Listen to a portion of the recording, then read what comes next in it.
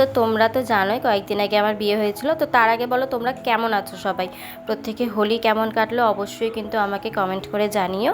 ও তোমাদেরকে যেটা বলছিলাম, আমাদের বিয়ের সময় কি হয়, বিয়ের সময় আমরা যতই মন্ত্র উচ্চারণ করি না কেন ঠিক ভালোভাবে, মানে আমরা চাই যে ভালোভাবে যাতে মন্ত্রগুলো উচ্চারণ করতে পারি, যাতে বিয়ের সমস্ত নিয়ম যাতে আমাদের ভালোভাবে ঠিক করে মানে আমরা করতে পারি। কিন্তু আমাদের তো সেই রকম আমরা করে উঠতে পারি না, যতই আমরা চেষ্টা করি না কেন আমাদের ভুল ত্রুটি কিন্তু থেকেই যায় কোনো না কোনো জায়গায়। তো যাতে বিয়ের পরে সংসার জীবনে যাতে এই জিনিসগুলোর কোনো এফেক্ট না পড়ে, তো তার কারণে আমরা বাড়িতে মঙ্গলচণ্ডী পুজো করি। আর এই মঙ্গলচণ্ডী পুজোটায় আমরা ছোট্ট করে একটু আয়োজন করেছিলাম। যে আমাদের মঙ্গলচণ্ডী পুজোতে কীরকম হয় বলো তো, মানে স্নান করতে হবে তোমাকে, স্নান করে যতক্ষণ না মঙ্গলচণ্ডীর পাঠ শেষ হবে সেই পর্যন্ত তোমাকে ভিজে গায়ে দাঁড়িয়ে মঙ্গলচণ্ডী পুজোটা করতে হয়। তো আমরাও সেই রকমই করেছিলাম। তো চলো আজকে টাটা বাই বাই, আর সাবস্ক্রাইব করতে কিন্তু ভুলে যেও না।